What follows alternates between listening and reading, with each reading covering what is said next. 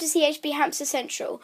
Today I'm going to be doing the tips for a dwarf hamster. Now this bin cage is way too small. Remember, it needs to be like 360 square inches, but remember, get the biggest you can.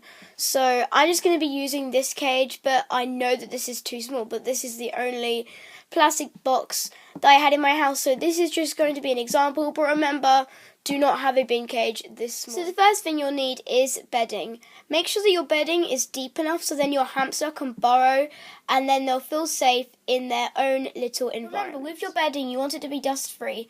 Here I'm going to put some channels up on the screen now who cover lots of topics like this. Hamster, Horses and Cats, Victoria Rachel, Peachy Pet Paradise, and Erin's Animals.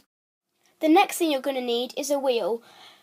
Dwarf hamsters are 6 to 8 inches and Syrian hamsters need 8 to 12 inches. The next thing you're going to want is toys and chews.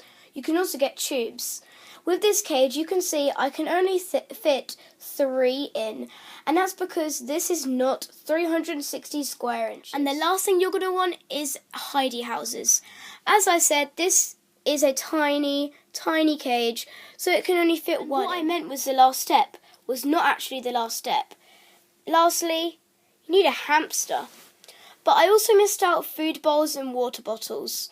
These are essential, so they are not things like toys and hidey houses, even though they are essential too. Without food and water, hamsters would not be able to survive. Here you see he's fitting into the tiny little hidey hole, which is obviously not big enough, and I would never keep a hamster in a cage like this. But this is just to show you what you should need in your hamster's cage. Make sure you give them more than this amount of toys and more than one hidey house. I hope you enjoyed. See you in our next video.